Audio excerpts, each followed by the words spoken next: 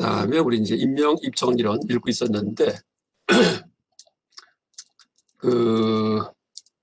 자, 일단 이제 화면 그럼 또 일단 끄고서 이제 강의에 또 전념하겠습니다. 잠깐만요.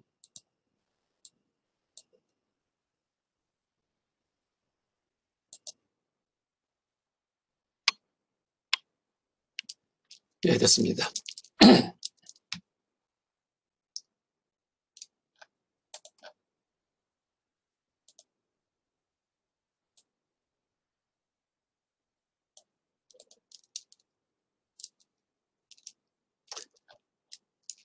자, 먼저 이제 그러니까 불성인은 다 했고요. 그러니까 성립되지 않는 그런 원인, 그러니까 인의 오리 중에서 변시종법성을 어겼으면 뭐예요? 불성인 이렇게 됩니다.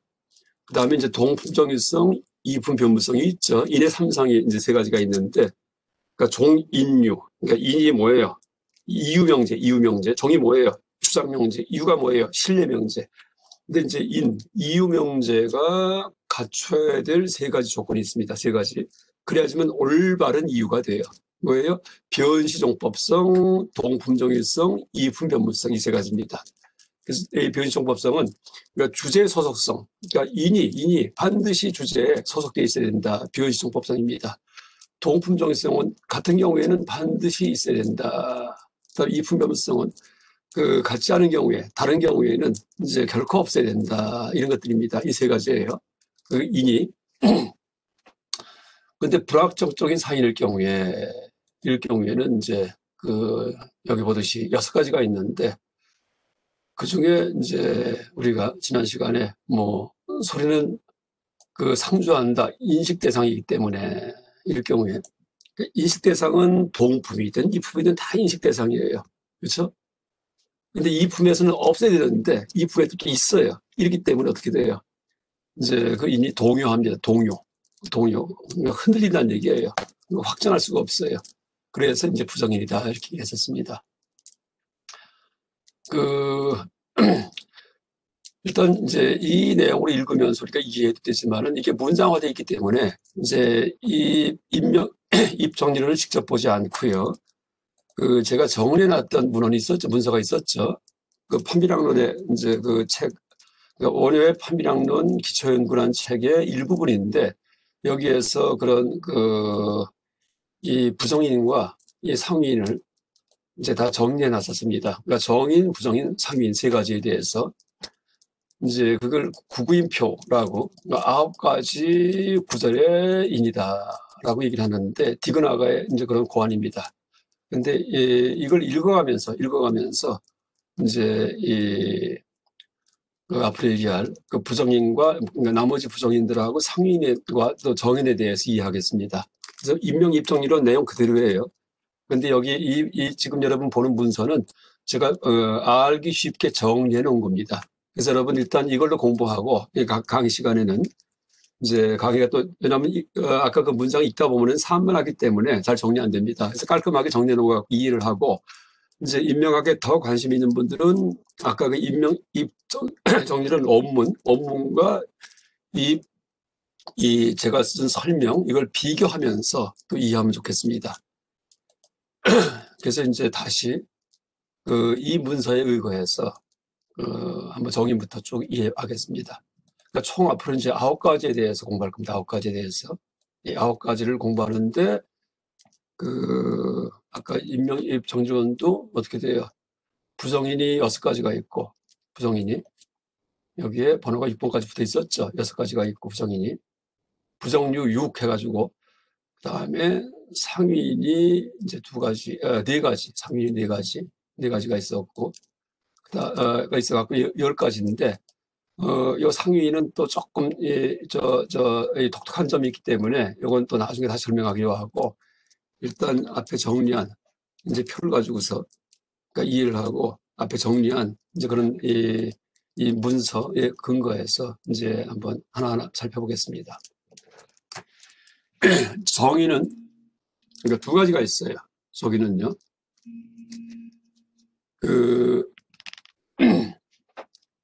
정의는 2가지가 있는데 잠깐만요. 제가 전화가 제가 지금 강의 중입니다. 전화 드리겠습니다.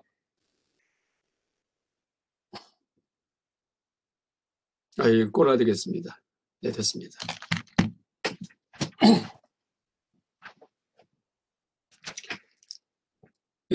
여러분 보시면은 정인이 두 가지가 있어요. 이구, 팔구 정인이 있죠.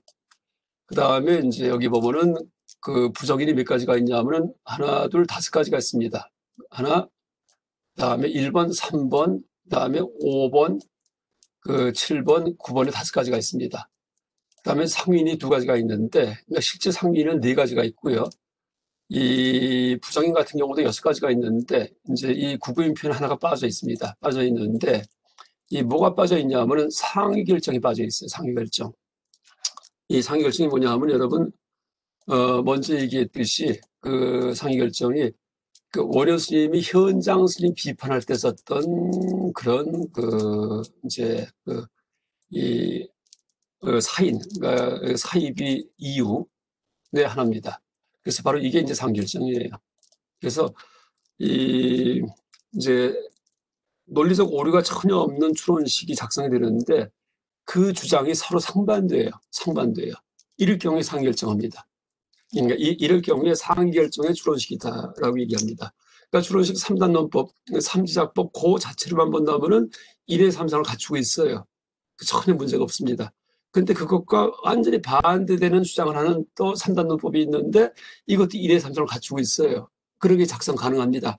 이럴 경우에 상위 결정, 상반된 것이 그러니까 확고하구나. 그러니까 상반된 내용이 확정돼 있을 때 이럴 경우에 이것도 역시 올바른 추론식이 아니다라고 얘기합니다.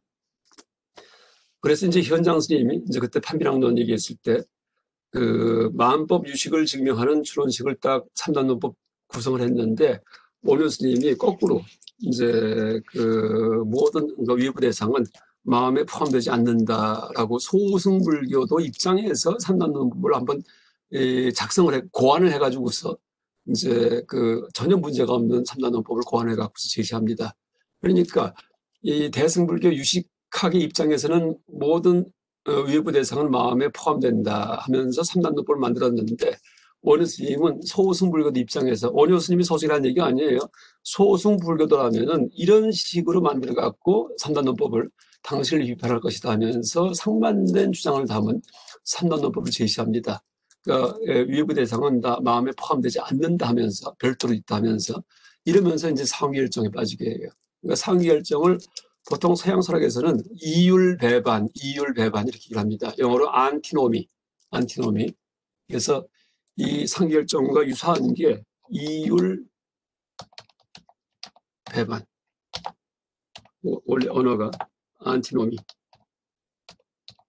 이게 다 칸트 임마누엘 칸트 철학 용어입니다. 칸트. 그래서 이제 이 상대방의 추론식을 이율 배반에 빠지게 해가지고 비판하는 것이 상위 결정입니다. 그래서 이 얘기는 이제 나중에 다시 한번 또 얘기하기로 하고 일단은 앞에 다섯 가지 이제 부정인에 대해서 이제 한번 하나하나 보겠습니다. 그러니까 정의가 부정인에 대해서. 자, 일단 제8구정인부터 한번, 그러니까 이것도 한번 전에 보긴 했지만 다시 보겠습니다. 그러니까 이때 사용된 인은 올바른 인이에요. 그래서 이제 검토를 해보면은, 이걸 올바르구나 하고 알 수 있습니다. 그러니까 자선의 불이 있다, 인기가 있기 때문에, 라고 이제 이렇게 인을 제시했을 경우에, 인을 검토하는 방법 먼저 얘기했었죠. 동품 정의성 검토, 이품 변무성 검토. 첫 번째, 동품 정의성 검토가 이겁니다. 먼저 얘기했죠. 이제 연기 있는 곳에, 불이 있는 곳에 반드시 연기가 있는가? 아니면 있기도 하고 없기도 한가? 보니까는 불이 있는 곳에 한번 여러분 그 실제 경험의 세계에서 한번 그렇게 추정을 해보세요. 불이 있는 곳에 항상 연기가 있어요. 물론 불이 있는 곳에 연기가 있기도 해요. 근데 불이 있는 곳에 연기가 없기도 해요. 가스레인지 불 같은 거, 혹은 뭐 뻘겋게 달구어진 그런 그 수에 구슬 같은 것, 이런 경우에도 불이긴 하지만은 연기가 없습니다. 그렇죠? 그러니까 불이 있는 곳에 연기가 있는 경우도 있고 없는 경우도 있습니다. 이게 이제 동품에 대한 검토입니다. 동품일 경우에 어떻게 돼요? 역유, 역무가 돼요. 역유, 역무. 그러니까 있기도 하고, 역시 있기도 하고, 역시 없기도 하다. 이런 뜻입니다. 이거를 인명학 전문 용어로 일분전, 그러니까 한 부분에서 해당된다라는 뜻입니다. 일부분에서. 이제 일부분은 해당되고, 일부분은 해당 안 되고. 뭐예요? 그 아궁이 같은 경우에는 해당이 되고, 불이 있는데 연기를 합니다. 근데 가스레인지불 같은 경우는 해당이 안 되고, 불이 있는데 연기가 안 납니다. 그렇죠? 그래서 일분전이에요. 그러니까 한 부분만 해당된다라는 뜻입니다. 그 다음에 이품일 경우에, 그러니까 불이 없는 곳에 연기 있는 곳이 있는가? 불이 없어요. 불이 없음에도 불구하고 연기만 하는 데가 있을까요? 뭐가 막 올라옵니다. 막 하늘에. 그런데 거긴 불이 없습니다. 그런 게 있을까요? 뭐 김이 올라올 때, 김. 그렇죠? 물 끓일 때. 거기는 보면 물이지 불이 아닙니다. 그래서 이제 뭐 예를 들어 갖고 또 무슨 최루탄 가스 같은 경우. 근데 여러분 최루탄도요, 그냥 하는 게 아니고 불 붙여서 합니다. 불이 있습니다. 그 화학성 불이기 때문에 불이 나면서 연기가 아주 강하게 나는 이제 그런 화학 물질 갖고 만들기 때문에 거기에도 불이 있어요. 최루탄 가스 같은 경우에도. 그러니까 강한 연기가 나는 이제 어떤 그 연료, 이게 최루탄입니다. 그러니까 그 연기가 나는데 그러니까 불이 없는데 연기가 나는 것은 전혀 없습니다. 그러니까 불이 없는데 연기가 나는 것, 이건 있을 수가 없어요. 이건 뭐예요? 전무, 전혀 없어요. 그건 변무라고 했대, 변무. 그건 편무. 이렇게도 합니다, 편무. 그래서 이제 동품은 어떻게 돼요? 역유형무고, 이품은 현무기 때문에 이런 경우에 부정인입니다. 동품은 역유형무고, 이품은 부정인이 아니고 이제 정인입니다. 그 편무기 때문에 이 경우에는 제8구의 정인이 됩니다. 잠깐만요. 이걸 지우고서 다시 보겠습니다.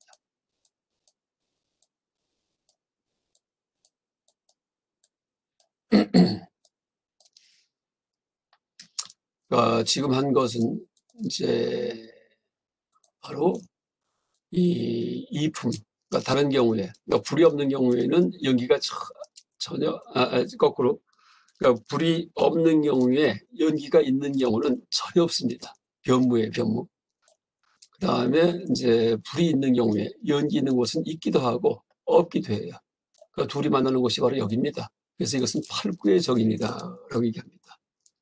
그러니까 이제 우리가 흔히 자주 예를 들었던 그런 3단 논법, 삼지작법, 저산의 불이 있다 연기가 있기 때문에 마치 아구기처럼 이것은 8구의 정인이구나라고 알 수 있겠습니다. 그다음 또 넘어갑니다. 제2구의 정인, 2구의 정인. 손해는 무상하다, 지어진 것이기 때문에 이것도 한번 검토해 봅니다. 자, 동부정일성 검토. 무상한 것 중에서 지어진 게 있는가? 무상한 것 중에 무상한 거, 변하는 거. 그 중에 지어진 게 있어요. 그렇죠, 있습니다. 무상한 것 중에 지어진 게. 무상한 게 뭐 컵 같은 거 무상해요. 근데 컵은 지어진 거, 만들어진 겁니다. 또 제 목소리도 무상해요. 그렇죠? 항상 변하기 때문에.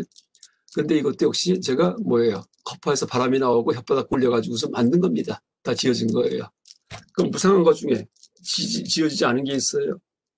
무상한 것 중에서 지어지지 않은 것. 지어지지 않은 것들은 뭐 허공 같은 거, 열반 같은 건데, 그런 건 무상한 게 아니에요. 창조하는 겁니다. 그러니까 무상한 것 중에 지어진 것이 있어요. 그런데 다 그렇다는 얘기예요. 그래서 모두 그렇다. 변유 혹은 편유. 또 이제 이품변무성의 검토. 무상하지 않은 것 중에, 상주하는 것 중에서 지어진 것이 있는가. 그러니까 무상하지 않은 것은 상주하는 건데, 상주하는 건 뭐가 있어요? 허공. 허공은 상주합니다. 그런데 지어진 거예요? 아니에요. 원래 있는 겁니다. 허공은요. 또 무상한 것 중에, 무상하지 않은 것 중에서, 상주하는 것 중에서 지어진 것이 이제 상주하는 것 중에 또 어떤 걸 예를 들 수 있냐면 상주하는 것은 몇 개 없어요.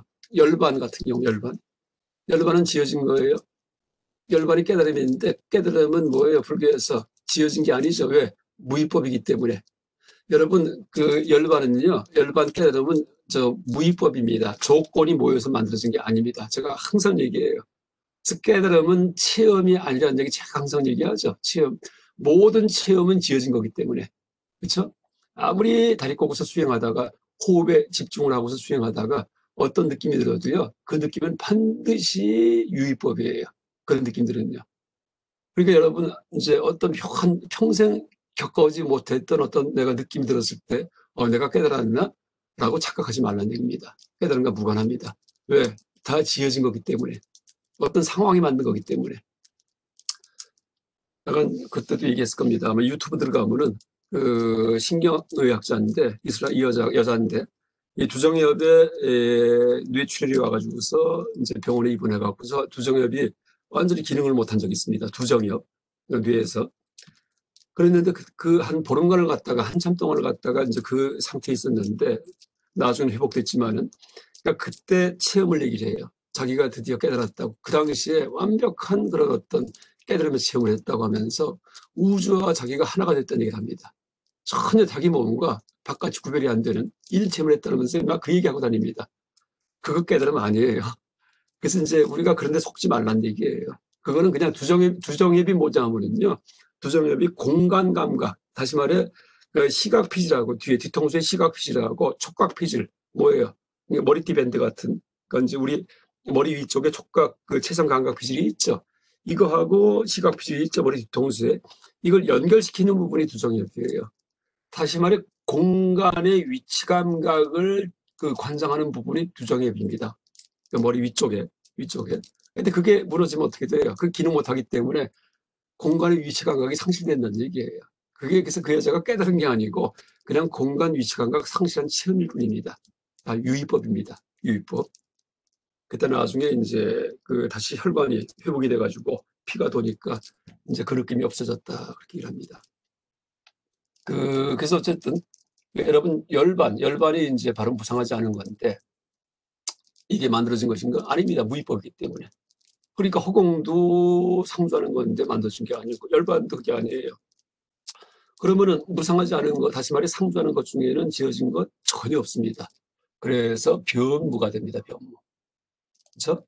그러니까 동품은 변유, 이품은 어떻게 돼요? 변무.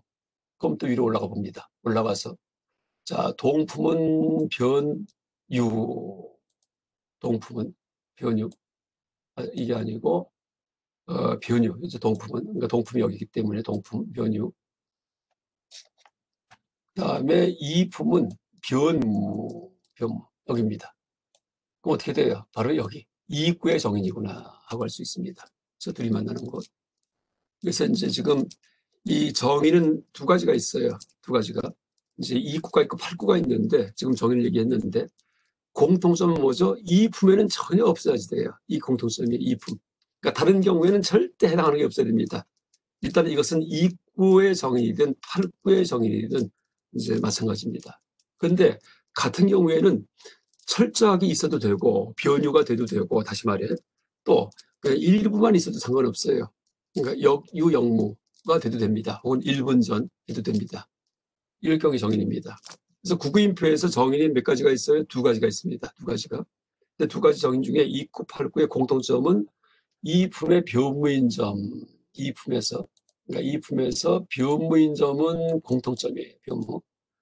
근데 이제 이 동품의 경우에는 전혀 완전히 다 해당돼도 되고 일부만 해당돼도 상관없다. 그래도 정인이다. 라고 얘기할 수 있겠습니다. 자, 또 넘어갑니다. 그 다음에 제1부에 공부정인 이렇게 써 있는데 이제 어떤 추론식이냐 하면은 소리는 상주한다. 인식 대상이기 때문에 그러니까 지난 시간에 했었죠. 소리는 상주한다. 인식 대상이기 때문에 또 이제 검토합니다. 상주하는 것 중에서 인식 대상이 있는가? 상주하는 거. 인식 대상은 나의 알매 대상이에요. 내 머릿속에 들어오는 거. 머릿속에 들어오는 거 내가 아는 거 전체가 다 머릿속에 들어오잖아요. 그렇죠? 그러니까 상주하는 거 뭐예요? 열반. 머릿속에 들어옵니다. 그다음에 허공. 이것도 머릿속에 들어와요. 허공과 허공 아닌가 알 수 있죠. 그러니까 전화기 이건 허공 아니에요. 그다음에 이 공중 손 올리고서 머리 위에 이걸 허공입니다. 이렇게 알 수 있죠. 이게 허공이 인식 대상입니다. 그러니까 상주하는 것은 열반이든 허공이든 전부 다 인식 대상이 알매 대상이에요. 우리가 열반을 추구하는 이유가 열반이 머릿속에 들어오기 때문이에요. 그렇죠? 그러니까는 전체가 다 그래요. 변유예요. 또 반대로 상주하지 않는 것 중에서 인식 대상이 있는 거, 상주하지 않는 거, 세상 만사 거의 다가 상주하지 않아요. 그래서 돌, 나무, 강물, 컵, 컴퓨터, 제 목소리 전체가 다 상주하잖아요. 무상합니다. 근데가 다 인식 대상이에요. 당연히 인식 대상이죠. 컴퓨터도 눈에 보이고 강물도 머리에 떠오르고 제 목소리도 귀에 들리고 그러니까 역시 상주하지 않는 것도 전체가 다 인식 대상이에요. 이것도 변유예요, 변유. 그러면 이게 어떤 인인가를 또 따져봅니다. 동품도 변유, 이품도 변유일 경우에, 자, 이번에는 색깔을 갖다가 이렇게 해보겠습니다. 빨간색. 동품도 변유, 그다음에 이품도 변유일 경우에는, 일구의 공부정인이구나. 이렇게 됩니다. 이제 먼저 얘기했어요. 공부정인은, 그러니까 공부정이라고 써있긴 하지만은요, 공무, 이제, 공유. 자, 다시요. 이런 말 집어넣으면 훨씬 쉽습니다. 그러니까 양쪽에 다 존재하는, 동품에도 변유고, 이품에도 변유인, 그러니까 공유 부정인하고 이해하는 게 좀 낫습니다. 공유. 그러니까 공자를 쓴 이유가 양쪽에 다 있다는 뜻입니다. 공부정인. 그러니까 동품이든 이품이든 간에. 그렇죠? 그 다음에 그 다음 또 추론식. 소리는 상주한다. 귀에 들리기 때문에. 자, 그것도 검토합니다. 상주하는 것 중에서 귀에 들리는 게 있는가? 그러니까 이제 일단 귀에 들리는 것은 소리예요, 소리. 근데 소리는 지금 이게 주제이기 때문에 이것만 제외하고, 다른 예를 들어봐야지 돼요. 그러니까 추론식이 성립하려면요, 다른 예를 갖고 해당되고 해당 안 되고 돼야 됩니다. 또 소리 이외의 것 중에서 상주하는 것 중에서 귀에 들리는 게 있어요. 상주하는 거 허공, 귀에 들려요? 허공? 안 들립니다. 열반, 귀에 들려요? 안 들립니다. 전혀 없습니다. 그렇죠? 또 반대로 상주하지 않는 것 중에서 귀에 드는 게 있어요. 상주하지 않는 게 뭐예요? 무상한 거, 컵, 제 목소리, 컴퓨터, 무슨 강물, 돌, 나무 같은 거, 이거 귀에 들려요? 그게 귀에 들리지가 않죠. 전혀 없습니다. 그러니까 이품도 변무고 동품도 변무예요. 변무. 둘 다. 그렇죠? 상주하는 것 중에도 귀에 들리는 게, 상주하는 것 중에 다시 말해 이제 동품일 경우에도 전혀 귀에 들리는 게 없고, 또 상주하지 않는 것 중에도 귀에 들리는 게 전혀 없습니다. 소리 이외에는. 소리는 이제 해당 안 돼. 왜냐하면 주제기 때문에 이것만 빼고서 얘기해야 되기 때문에. 그래서 이제 지금 보니까는 동품 변무, 이품 변무입니다. 그래서 올라가 검토하면은, 자, 다시 이제 보겠습니다. 다 지우고서.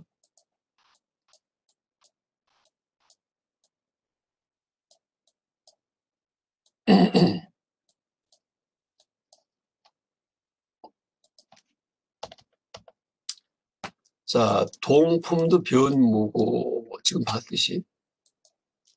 그러니까 동품도 변무예요. 상주하는 것 중에 귀에 들리는 게 전혀 없습니다. 또 이품도 상주하지 않는 거, 무상한 것 중에도 귀에 들리는 게 전혀 없어요. 변무예요. 그럼 쭉 가보니까 불공부정인 이렇게 있습니다. 불공부정인. 이것도 불공 써 있지만은요, 이게 말이 어려워요. 오히려 공무부정인. 이게 훨씬 쉽습니다. 다시요. 양쪽 다. 그러니까 이품이든 동품이든 다 해당하는 사례가 없는 부정인이다. 이렇게 이해하는 게 좋죠. 그러니까 불공보다, 그러니까 공자를 앞에 쓰고, 그러니까 불자를 갖다가 무를 쓰고서 공무부정인 이러면은 이해가 쉬운데, 현장 스님이 불공부정인 이렇게 해버렸습니다. 번역을 갖다가. 그러니까 현장 번역이 좋지가 뭐, 여러분 알아두세요. 현장 스님은 번역가라서는 별로 안 좋은 분이다. 현장보다 진제 번역이 좋고 제일 뛰어난 번역은 구원하스 번역입니다. 그러니까 현장 번역은 좋지 않아요. 어쨌든 현장 스님 번역했기 때문에 불공부정인, 이게 이제 우리가 쓰는 용어인데 실제 이해할 때는 공무부정인 이렇게 이해하는 게 좋습니다. 어쨌든 동품 변무, 이품 변무일 경우에는 바로 불공부정인, 옥구의 인이다. 자, 또 됐습니다. 그 다음 또 내려가서, 자, 이런 추론식이 있어요. 소리는 노력과 직결되어 있지 않다. 무상하기 때문에. 그런 노력과 직결되어 있다는 얘기는 의지적, 그러니까 이제 생명체의 의지적 노력. 이제 법으로 프라야트나뜨바라는 걸 갖다가 이제 이렇게 번역한 거고, 한문으로 근용, 무관, 소발성 이렇게 해놨는데, 이제 풀어서 얘기한다면은 의지적 노력과 직결되어 있지 않다 이런 뜻입니다. 자, 무상하기 때문에. 자, 이것도 한번 검토해 보겠습니다. 노력과 직결되어 있지 않은 것. 그러니까 다시 말해 사람이 만들지 않은 것 중에서 무상한 게 있는가? 어때요? 사람이 만들지 않은 것 중에서 무상한 것. 사람이 만들지 않은 것 중에서 사람이 만든 거는 컴퓨터는 사람이 만든 거예요. 또 목소리 같은 것도 이게 사람이 만든 겁니다. 근데 사람이 이제 만든 것 중에 만들지 않은 것 중에서 아는 거 어떤 걸까요? 돌, 나무, 강 이런 것들입니다. 번개 이런 것들 중에서 무상한 게 있어요? 있어요. 또 무상하지 않은 것도 있어요? 있어요. 허공 같은 거. 허공도 사람이 만든 게 아니기 때문에. 그러니까 어떻게 돼요? 있기도 하고 없기도 하다가 됩니다. 그렇죠? 그러니까 여기 용모가 돼요. 그러니까 노력과 직결되어 있지 않은 것. 다시 말해, 그러니까 인간의 노력과 직결되어 있지 않은 것이라는 뜻입니다. 이게. 그러니까 인간이 만들지 않은 것 이렇게 풀어도 됩니다. 인간이 만들지 않은 것 가운데 무상한 것이 있기도 하고 없기도 합니다. 그래서 무상한 것이 무상한 것은 이제 뭐예요? 번개든지 강물 같은 거. 그럼 이제 무상하지 않은 건 뭐예요?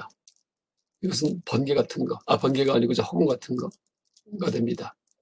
그 다음에 이분변무성의 검토. 노력과 직결되어 있는 것 중에서 이품 뭐예요? 주장명제 수로와 반대되는 게 이품입니다. 그러니까 인간이 만든 것 중에서 무상한 게 있어요? 있습니다. 사람이 만든 거는 전부 다 무상합니다. 그렇죠? 목소리든 내가 만든 무슨 물단지든 내가 만든 집이든 다 무상합니다. 그러니까 비원유예요. 그러니까 동품일 경우에는 어떻게 돼요? 역유용모 1분 전이고 이품일 경우는 어떻게 돼요? 비원유 이렇게 됩니다. 그러니까 이 추론식 경우에 그럼 이게 어떤 일에 해당하는가? 동품은 역유용모, 이품은 비원유.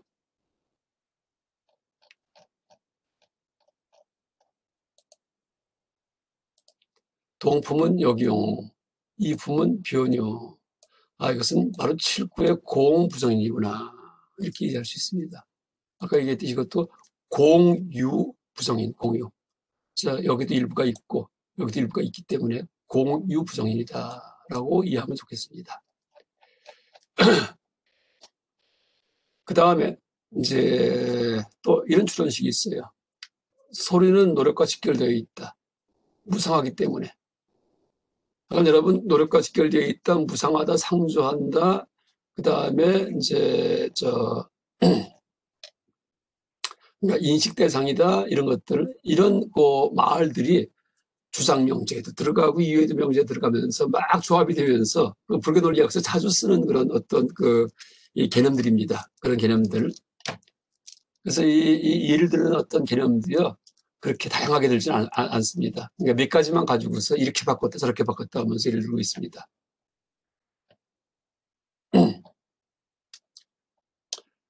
그래서 소리는 노력과 직결되어 있다. 무상하기 때문에 이것도 한번 검토해보죠. 동품정의성.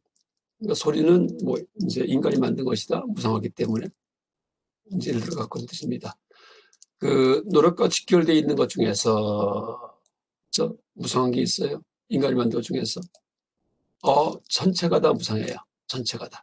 그러니까 비언유가 된 비언유.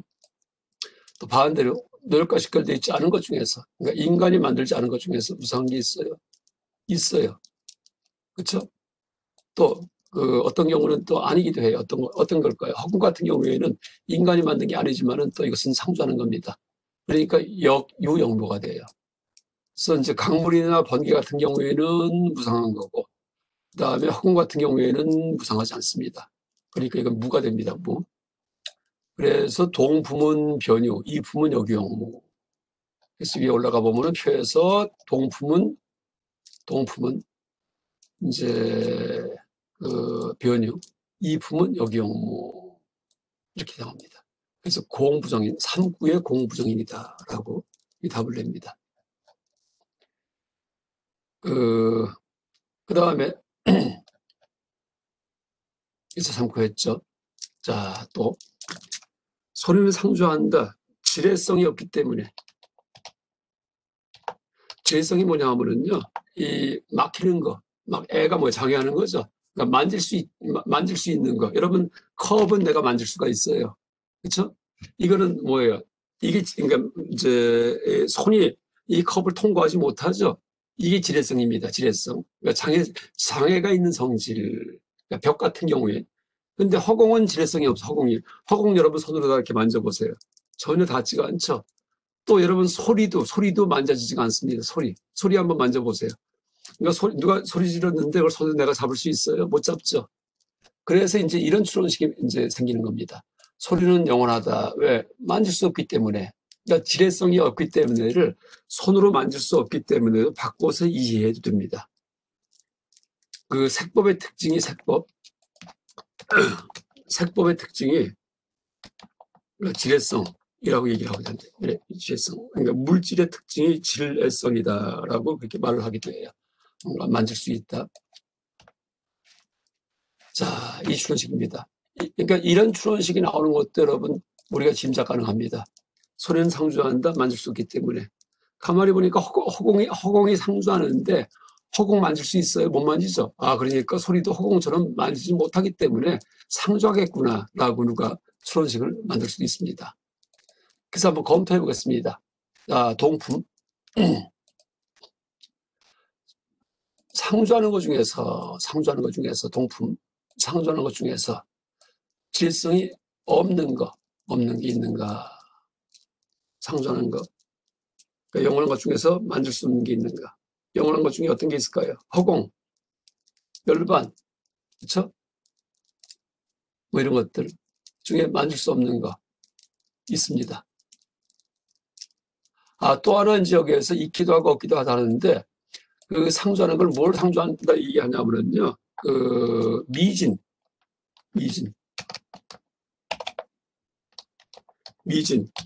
뭐냐면 미세한 먼지라는 그런 한자 말이긴 하지만 이것은 원자 같은 거예요. 물리학에서. 그러니까 작은, 그러니까 입자들 있죠, 입자. 그러니까 물질의 최소 단위가 미진입니다. 미진. 근데 이거는 만질 수 있습니다, 미진은. 그렇죠? 왜 물질을 갖다 쪼개서 그게 뭉쳐가지고서 소립자 미진이 되는데, 미세한 먼지가 되는데, 그게 뭉치면은 컵이 되기도 하고, 무슨 이 돌멩이가 되기도 하고, 나무가 되기도 하고 합니다. 우리 몸이 되기도 하고. 그러니까 미진은 만질 수가 있어요. 그런데 어떻게 돼요? 상주예요. 그러니까 상주하는 것 중에는 지뢰성이 없는 것이 있기도 하고, 허공처럼 만지지 못하는 것도 있기도 하고, 원자, 미진처럼 만질 수 있는 것도 있기도 합니다. 그래서 요영무가 됩니다. 여기영무. 또 하나 여러분 이제 이 불교 논리학 우리가 이런 거 검토할 때, 동품정유성, 이품변무성 검토할 때 이거를 실제 세계에서의 어떤 이제 이론이든지 어떤 원리로 생각하면 안 됩니다. 그럼 어떻게 생각해야 되냐면요, 그 당시에 불교 논리학을 구성했던 사람들, 그 당시에 논사들이 생각했던 세계관, 거기에 의거해서 생각해야지 돼요. 거기에 의거해서. 그러니까 그 당시 사람들이 미진은 만질 수 있다고 생각했다는 얘기입니다. 미진은, 원자 같은 경우는. 그럼, 그런가 보다 하고서, 그래서 이걸 갖다 역유형으로 했구나, 이해해야 됩니다. 근데 내가 실제 세계에서 내가 체험할 때, 좀 틀린 게 있어요. 그거는 현대 세계에서 얘기입니다. 현대 세계에서. 그러니까 현대 과학이 발달한 세계에서 얘기. 여기에 근거해서 옛날 불가 논리학을 갖다가 검토하려면은 가끔 가다가 어긋나는 것들이 생깁니다. 그래서 이제 이 사람들 세계관에 입각해가지고서 이제 우리가 이해해야 됩니다. 다른 예를 든다면은 지금 허공이 이제 무위법이라는 얘기했죠. 허공은 연기하는 게 아니다라고 얘기를 했었는데, 이 불교 학파내에서도요, 허공이 또 유의법이 되기도 해요. 어디에서? 반야중간학에서는 유의법입니다. 허공이요. 왜 그럴까요? 허공도 연기해요. 왜냐하면 허공은 막히지 않은 곳이기 때문에, 막힌 곳이 있기 때문에 막히지 않은 곳이 있습니다. 그러니까 큰 방이 있기 때문에 작은 방이 있듯이 막힌 색법이 있기 때문에 색이 없는 곳이 허공이기 때문에 이것도 역시 의존적으로 발생한다라고 얘기합니다. 또 무위법도 연기해요. 무위법도요. 중간학에서는. 반야중간학에서는. 왜? 유의법이 있기 때문에, 거기에 의거해서 무위법이 있기 때문에. 그러니까 유의법에 의존해서 무위법이 있잖아요. 이게 바로 연기 아니에요. 그래서 중간학에서는요, 아비달마 교학서 얘기하는 모든 게 다 연기해버립니다. 열반도 연기해요. 열반도요. 아까는 열반이 무위법이라는 얘기했죠. 근데 반야중간학서는 열반도 연기합니다. 왜 그럴까요? 윤회라는 개념에 의지해가지고서 열반이라는 개념이 있기 때문에, 유래가 없으면 열반이 없다는 얘기 하잖아요. 이것이 없으면 저것이 없다. 그래서 이제 이 열반이 무위법이냐 유위법이냐. 아비달마 교학서는 무위법이지만은 반야중관학에서는 유위법이 돼버립니다. 허공이 무위법이냐 유위법이냐. 아비달마 교학에서는 아비달마 구사론 같은 경우에는 무위법이지만은 반야중관학에서는 허공조차도 유위법에 들어가요. 다 연기한 거 일체가 다 그렇게 됩니다. 그래서 이제 그럼 뭐가 무위법이냐 할 때 그냥 공성. 그죠? 그러니까 이 반야 공성 이것만이 또 무위법이다 이렇게 또 얘기하기도 합니다. 근데 그 공성은 공이라고 또 말을 한 순간 또 유위법이 돼버려요. 그러니까 진정한 공성 이렇게 말을 해도 돼요. 그러니까 공의 체득 이것만이 무위법이고 말로 표현된 공성은 또 유위법이에요. 왜? 공하지 않으면 의지하기 때문에. 그래서 이제 여러분 지금 제가 이렇게 검토를 하는데 이 검토가 아비달마 교학의 틀 내에서의 검토다라는 거 이것도 명심해야 됩니다. 이 범위를 무한히 넓혀갖고서 검토하는 거 아니에요. 무한히 넓혀서. 뭐 하나 또 얘기한다면 여러분 혹시 저 괴델의 불호완전성 정리 아시나 모르겠습니다. 괴델.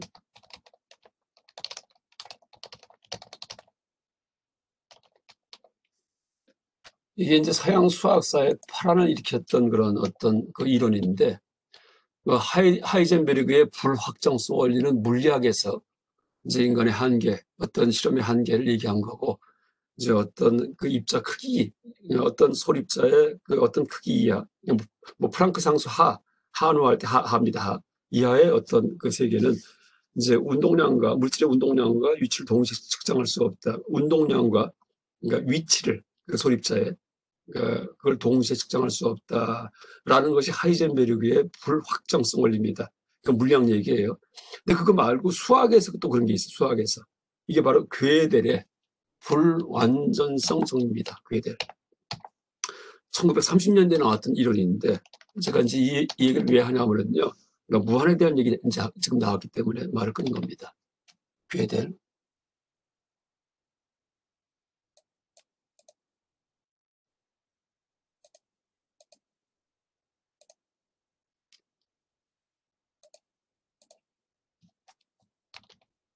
이렇게 독일 사람이기 때문에 이제 umlaut 붙여갖고 말을 합니다. 이제 이게 뭐냐면은 이제 어떤 공리 체계에서든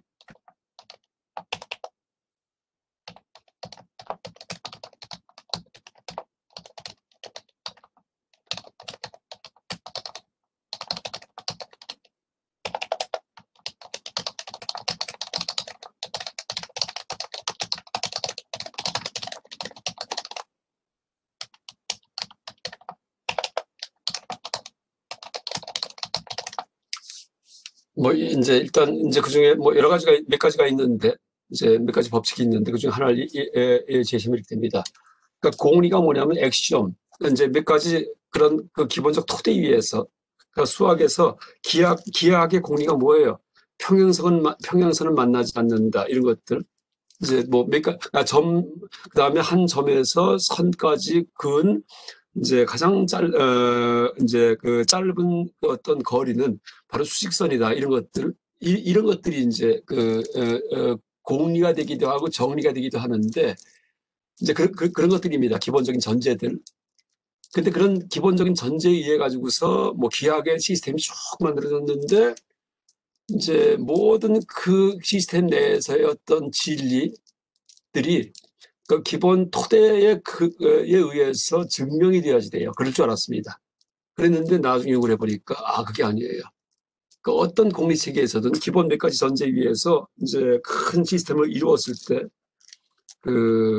반드시 그 시스템 안에는 증명도 안 되고 반증도 안 되는 명제가 이제 반드시 하나 이상 존재한다라는 걸 갖다가 괴들이 증명을 합니다. 그러니까 수학적으로 증명을 하는데 뭘 갖고 증명하냐 하면은 가장 간단한 어떤 시스템 뭐예요? 자연수 체계. 자연수가 뭐죠? 1, 2, 3, 4, 5, 6, 7, 8. 그러니까 1, 2, 3, 4, 5, 6, 7, 8 하면은 뭐예요? 2 더하기 3은 5고 5 더하기 7은 뭐 10이고 해가지고서 하나 모순이 없을 것 같아요. 근데 그 심지어 그렇게 가장 간단한 자연수 체계에서조차도 증명도 안 되고 반증도 안 되는 그런 정리가, 명제가 반드시 하나 이상 존재한다 이렇게 얘기를 합니다. 아까 그걸 증명을 했어요. 물론 이 토대는 러셀의 그 패러독스, 그러니까 집합론의 역설, 약간 수학사에 나온 얘기입니다. 수학 역사에서. 예, 거기에 근거에서 나온 얘기인데, 제가 이제 이 얘기를 딱 알고 나니까는, 아, 그렇다면 컴퓨터에서, 컴퓨터가 뭐예요? 이진법에 이거에서 이제 이루어진 컴퓨터입니다. 여러분 컴퓨터 모든 시스템이요. 0하고 1이 있죠. 0, 1. 숫자 딱 두 개만 씁니다. 그래서 전선이 딱 붙으면은 1이고 떨어지면 0이고. 그래서 그러니까 모든 숫자를 갖다가 숫자건 영상이건 소리든 간에 0과 1이라는 두 개의 디지털 숫자 갖고로 환원시켜가지고서 구성된 것이 컴퓨터예요. 여러분 MP3 음악 듣든지 모니터 화면 보든지 타이프 치면서 글을 쓰든지요. 전부 다 그 기본은요. 그 전선이 붙어 있느냐 떨어졌느냐 딱 두 가지입니다. 그걸 수학적으로 0과 1 딱 두 가지예요. 그러니까 이것도 역시 이제 공리 체계예요. 이 컴퓨터 같은 경우에도요. 그러니까 그렇다면은 이 컴퓨터 안에서도 틀림없이 증명도 안 되고 반증도 안 되는 0과 1에 의해서 그런 명제가 이제 반드시 하나 이상이 있기 때문에 그럼 안에서 모순이 생기지 않을까 이런 생각이 들었습니다. 반드시 이제 문제가 생길 것이다. 그래서 이 얘기를 제가 한참을 고민하다가 저 마음속에 담고 있다가 우연히 어디 태국서에 있었던 학술대회가 있어갖고서는 일본에서 일본 사람인데 수학자가 하나가 왔어요. 저도 발표했었고 이걸 이제 물어봤습니다. 그랬더니 딱 답이 나와요. 컴퓨터는 닫힌 체계다 이렇게 하더라고요. 컴퓨터는요. 왜냐하면 무한 체계가 아니고 컴퓨터는 어떻게 돼요? 컴퓨터 여러분 그 메모리 칩이 그 한계가 있잖아요. 뭐 100기가, 200기가 해가지고서 이 무한이 아닙니다. 메모리 칩이요. 그래서 그건 유한 체계이기 때문에 거기는 모순이 없다. 근데 괴델의 이 정리는 무한 체계, 무한히 열려 있는 체계에 대한 얘기를 하더라고요. 그래서 내가 역시 전공자는 다르구나 하고 이제 알았습니다. 그래서 이 얘기를 왜 하냐 하면은 지금 이 논리학, 이제 이 불교 논리학 지금 우리가 이 부정인 얘기하고 있잖아요. 이게 전부 다 유한 체계, 닫힌 체계에서 얘기란 얘기예요. 그러니까 무한히 열려 있는 그러니까 현대 사회의 사고방식까지 포함한 그런 논리학이 아니란 얘기입니다. 지금 이게요. 그래서 이제 이 사람들이 생각했던 그 허공에 대한 개념, 그래서 이 논리학을 구성했던 디그나가가 생각했던 진나스린, 그 다음에 열반이 무엇인지에 대한 정의, 이 토대 위에서 이 논리학이 성립한 겁니다. 그래서 우리가 이 디그나가 논리학의 이제 그 논리학을 이해하려고 노력을 할 때, 이거 아닌 것 같은데 하는 의심이 들 때가 있어요. 그러지 말라는 얘기예요. 의심이 들 때는 내가 옳은 게 아니고, 내가 이 사람들의 어떤 그 당시 사고방식을 아직 이해를 못했구나 하면서, 이제 왜 이 사람들이 이렇게 생각했을까? 이 사람들은 허공과 미진을 상주한다고 봤구나. 이렇게 된 겁니다. 여러분, 미진 같은 경우에도 미세한 먼지요. 지금은 어떻게 돼요? 물질의 최소 입자가 상주예요? 아닙니다. 무상합니다. 지금은요. 왜? 소립자 자르고 나중에 파동으로 변합니다. 파동으로다가. 그렇죠? 소립자 같은 경우에 그 위치하고 동시에 두 군데 존재하기도 하고 하면서 상식적인 세계의 어떤 사고방식을 벗어나 버립니다. 그러니까 아주 미세한 그런 그 원자 이하의 세계가 들어가면은 그러니까 이 논리가 통하지가 않아요. 거기까지는요. 그래서 현대 과학 물리학이 발달한 상태에서의 어떤 미진, 이제 이건 영원한 게 아닙니다. 그렇죠? 항상 떨고 있고 진동하고 있고 파상이기 때문에, 그러니까 파동성과 입자성을 다 갖고 있기 때문에, 그래서 이제 이 디그나가의 논리학이 무한히 열려 있는 체계에 대한 게 아니다. 아까 얘기했던 괴델 같은 경우에는 이 사람은 무한히 열려 있는 체계에 대해서 이제 불완전성 정리라는 이제 그런 어떤 이론을 만든 거고, 지금 이 불교 논리학서 얘기하는 이런 식의 시스템은 그 당시의 사고방식, 그 당시의 세계관, 이제 그 당시 불교인들의 그런 어떤 이제 교합, 이해했던 교학의 토대 위에서 이걸 이해해야 된다라고 이제 얘기할 수 있겠습니다. 그러니까 말이 길지만 뭔 말인지 알 겁니다. 그래서 여기에 이런 검토를 할 때 이거를 이게 현대 사회까지 막 적용시켜 가지고서 막 검토하면 안 된다는 얘기예요. 자, 그 다음에 소리는 상주하는데 질성이 없기 때문에 상주하는 것 중에서 미진 같은 경우에는 만질 수 있습니다. 그러니까 허공은 못 만지지만은 허공은 만질 수 없고 미진은 만질 수 있으니까 역유역무가 됩니다. 또 상주하지 않는 것 중에서, 그러니까 말을 바꾸면 무상한 것 중에서 진실성이 없는 게 있는가? 무상한 것 중에서. 변하는 것 중에서 진실성이 없는 게 뭐가 있어요? 있어요? 있기도 하고 없기도 해요. 뭐가 있을까요? 한번 제가 여기다가 일을 갖다가 쭉 들었을 것 같은데, 쾌락. 쾌락은 무상합니다. 쾌락은요. 그런데 만질 수가 없어요. 쾌락. 그렇죠? 그러니까 이런 것들은 만질 수가 없고, 또 무상한 것 중에서 물단지 같은 경우에 이건 만질 수가 있어요. 그러니까 지뢰성이 있습니다. 근데 무상합니다. 그러니까 이제 이 무상한 것 중에서, 변하는 것 중에서 지뢰성이 없는 게 있습니다. 어떤 게 있을까요? 쾌락 같은 거. 그다음에 지뢰성이 있는 것도 있어요. 그럼요. 뭐가 있어요? 물단지 같은 경우. 그러니까 이품 같은 경우에도 역유영무가 됩니다. 그러니까 동품도 역유영무, 이품도 역유영무. 그러면 무엇인지 또 올라가 봅니다.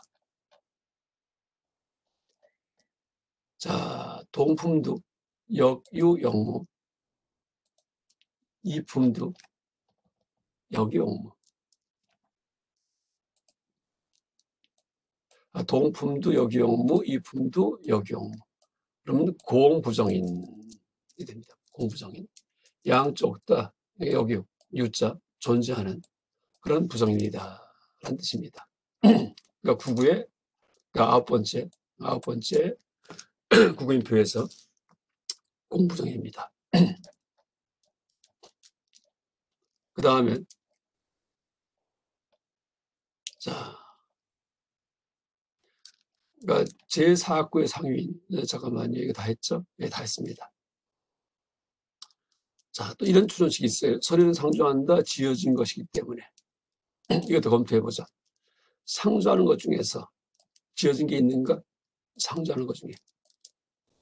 영원한 것 중에서 우리가 만든 게 있어요? 그럴 수 없어요. 만든 건 전부 다 무너집니다. 전혀 없습니다. 또 거꾸로 무상한 것 중에서 만들어진 게 있어요. 무상한 거, 변한 것 중에서. 무상한 거는 전부 다 뭐예요? 그러니까 지어진 것 할 때 이건 우리가 만든 게 아니에요. 우리가 만든 게 아니고 유의법. 그러니까 조건이 만든 게 있는 거. 우리가 만든 거는 뭘까요? 그것은 노력과 직결되어 있다 이런 말을 씁니다. 이럴 경우에는 인간이 만든 거예요. 근데 지어진 것이라는 뜻은요. 그러니까 자연에서 만들어진 것도 무슨 돌, 나무 같은 경우도 다 지어진 겁니다. 유의법이에요. 그러니까 무상한 것 중에 유의법이 있는가? 무상한 건 전부 다 유의법입니다. 모두 그래요. 그러니까 변유가 됩니다. 변유. 그러니까 동품은 변무고 전혀 없고 이품은 변유예요. 상반되죠. 동품은 전혀 완전히 있고 이품은 전혀 없어야 되는데 완전히 반대입니다. 같은 경우에는 사례가 전혀 없고 다른 경우에는 사례가 뭐 다 있어요. 동품 변무, 이품 변유도 찾아보죠.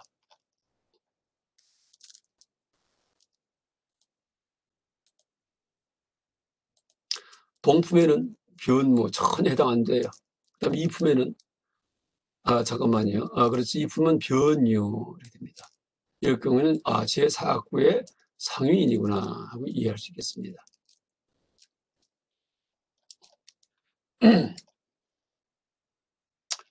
그 다음에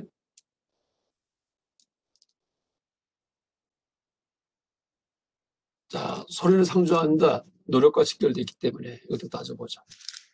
자, 상조하는 것 중에서 노력과 직결은 사람이 만든 거다라는 뜻입니다. 노력과 직결된 것이 있는가? 영원한 것 중에서 사람이 만든 게 있는가? 전혀 없습니다. 또 무상한 것 중에서 사람이 만든 게 있는가? 무상한 것 중에서 있기도 하고 없기도 해요.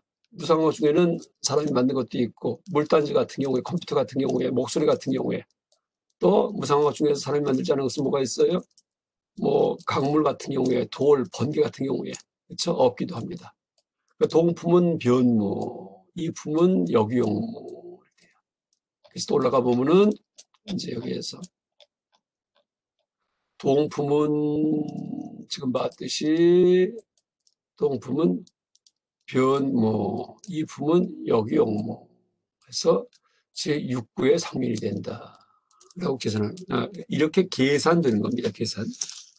그래서 이제 구구인표에 의거할 경우에 우리가 이제 어떤 추론식이 그 상인인지 부정인인지 또 부정인 가운데 공부정인인지 불공부정인인지 이런 것들을 아주 쉽게 감별해낼 수 있습니다. 쉽게. 자, 여기까지 하겠습니다. 그래서 여러분, 이제, 일단 부정인 5가지를 다 했고, 그러니까 하나만 남겨놨어요. 상위결정. 이거 하나만 남겨놨습니다. 네, 뭐, 이제, 이 상위인, 그러니까 모순적 사이는 상위인인데, 상위인. 이 중에서 이제 2가지를, 크게 2가지 했는데, 이제 여기 보면은요, 이제, 요 상위인이 어려워요. 굉장히 어려워요. 여기 보면은 법 차별 상인이 있고 유법 차별 상인이 있는데, 잠깐만요. 됐습니다. 뭐 법 자상 상인, 그러니까 법 차별 상인, 그다음 유법 자상 상인, 유법 차별 상인, 이런 식으로다가 4가지입니다. 4가지. 그래서 아까는 2가지로다가 이제 구별해서 아주 간략하게 얘기를 했는데, 세입을 해가지고서 이렇게 4가지가 돼요. 이 얘기는 제가 이것 역시 설명해 놨는데,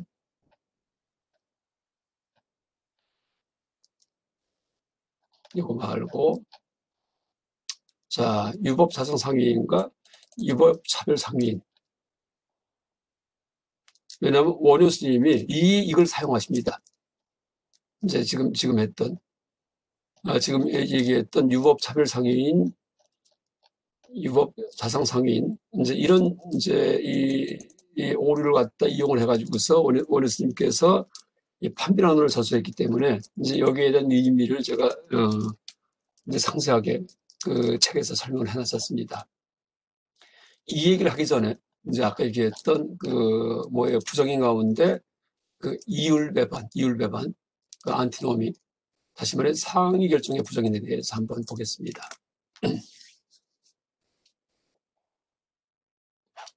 그러니까 상위 결정의 부정인은 이제 지금 부정인 가운데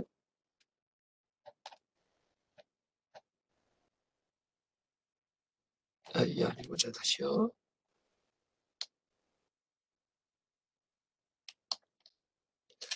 이제 바로 요거 상위 결정의 부정인.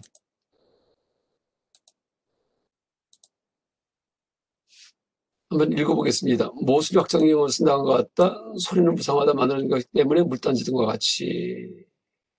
그러니까 누가 이런 추천식을 만들었는데 또 반대로 얘기를 해요. 소리는 상주한다. 들리기 때문에 소리성과 같이 라고 이렇게 말을 합니다.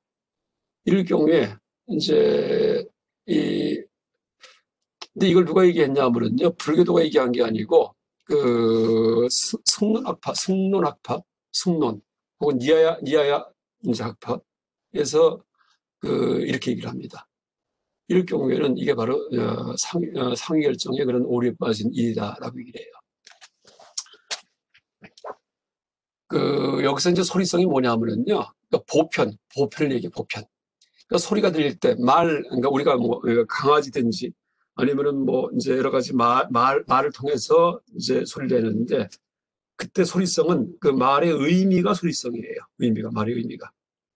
뭐 항아리라고 말을 했을 때 항아리라는 소리도 들렸지만은 항아리의 그 개념도 역시 직접 혈량에 들어온다라고 생각합니다. 그 항아리의 개념이 소리성이에요. 항아리 개념이요. 예를 들어갔고요. 그래서 이제 불교에서는 그러니까 소리성은 비량되는 것이다. 다시 말해 항아리라는 개념은 순간적인 추리에 의해 가지고서 머리에 떠오르는 것이다라는 것이 불교의 어떤 세계관입니다. 이제 그게 불교의 불교 논리학에서 얘기하는 아포와 이론, 아포와 뭐 타의 배제라는 뜻인데, 약간 이것도 어렵습니다. 이것 나중에 다시 얘기하기로 하고, 어쨌든 불교에서는요, 우리가 소를 봤을 때 소라는 개념이 떠오르죠. 소, 이것은 다 추리라는 얘기예요. 추리. 또 사과를 봤을 때 사과. 그러니까 사과라고 알죠. 사과라는 빨간 색깔 동그란 과일도 눈에 보이지만은요, 사과라는 생각이 떠오르는데, 이 사과라는 생각이 떠오른 거를 불교에서는 그러니까 순간적인 추리가 일어났다, 비량 일어났다 보는데, 니아야 바이셰시카에서는요, 사과라는 생각이 떠오르는 것은 이것도 역시 혈량에 속한다라고 얘기를 합니다. 혈량에. 그게 차이점이에요. 그러니까 왜냐하면 실제론자들이기 때문에, 실제론자. 그러니까 니아야 바이셰시카가 다 실제론자입니다. 리얼리스트. 그래서 사과든지 무슨 뭐 바위, 돌, 나무 같은 게 외부 세계에 실제한다라고 얘기를 해요. 마치 누구처럼 플라톤. 그러니까 서양 철학 전체가 다 실제론입니다. 그러니까 플라톤 철학의 각주다. 서양 철학은 이제 그런 말이 있어요. 플라톤 철학의 푸트노트예요. 푸트노트. 서양 철학 전체가 다. 그러니까 누가 한 말이냐면 화이트헤드라는 하얀 머리, 화이트헤드라는 과정 철학자가 한 말인데 플라톤 철학이 바로 이데아 철학이고 이데아 실제론이에요. 그러니까 소, 말, 돼지 같은 이 개념들이 실제한다는 얘기입니다. 근데 그와 똑같은 철학이 니아야 바이셰시카 철학이에요. 정리학파하고 승론학파의 철학, 위세사. 그래서 이제 여기 이 소리성이 바로 그런 소의 그 소리, 그러니까 말로 표현된 소리의 의미가 바로 소리성입니다. 그래서 소리도 들리지만은 이제 소리의 의미도 귀에 직접 들리기 때문에라는 그런 뜻이에요. 그러다 보니까 자기 모순에 빠진다는 얘기예요. 그게 바로 상위결정의 모순입니다. 그러니까 이율배반의 오류에 빠진다라는 이제 그런 뜻입니다. 이 설명을 제가 다시 아까 그 문서 갖고서 해보겠습니다. 자, 인명입정리론에서는 위에서 설명한 제5구의 불공부정인과 13799의 공부정인 이외에, 자, 앞에 5가지 부정인 이외에 상위 결정, 비리트하 비아위짜린의 인을 부정인에 포함시킨다. 먼저 상위 결정에 대한 인명입정리론의 설명을 보자, 인용해보자. 이제 모순이 확정적인 것은 다음과 같다. 소리는 무상하다 만들어진 것이기 때문에 항아리 등과 같이 이런 식의 추론식이 하나가 딱 성립됐습니다. 어디에서? 니아야 바이셰시카에서는 원래 소리가 무상하다 봅니다. 그러면서 이제 남들한테 얘기할 때 항상 이 얘기를 하고 다닙니다. 지들이. 소리는 무상하다 만드는 것이기 때문에 항아리 같이 이렇게 얘기하고 다닙니다. 근데 또 거꾸로 또 소리성, 다시 말해 소리의 그 보편, 공통점, 그러니까 다시 말해 유니버셜, 제너럴리티, 다시 말해 이데아 혹은 개념도 역시 귀에 들린다, 의미도 들린다라는 뜻이에요. 의미도 이제 이렇게 주장하기 때문에 상반된 이제 그런 그 추론식이 성립 가능합니다. 그래서 양자 모두 의심스러운 이유를 갖기 때문에 그러니까 일어난 것은, 그러니까 만들어진 추론식은 이렇게 두 가지임에도 불확정적인 것은 하나뿐이다. 이런 경우에 상기결정의 오류가 이제 하나가 발생했다라고 얘기를 한다는 얘기입니다. 뭐 두 개의 상기결정의 오류가 아니에요. 그러니까 추론식이 두 개는 있긴 있지만은 함께 묶어가지고서 하나의 상기결정의 오류라고 부른다라는 이제 그런 뜻입니다. 요 뭐 시간 다 됐기 때문에 그 다음 얘기는 나중에 다음 시간에 다시 여자하겠습니다. 내일. 자, 일단 녹화기 끄고 강의 마치겠습니다.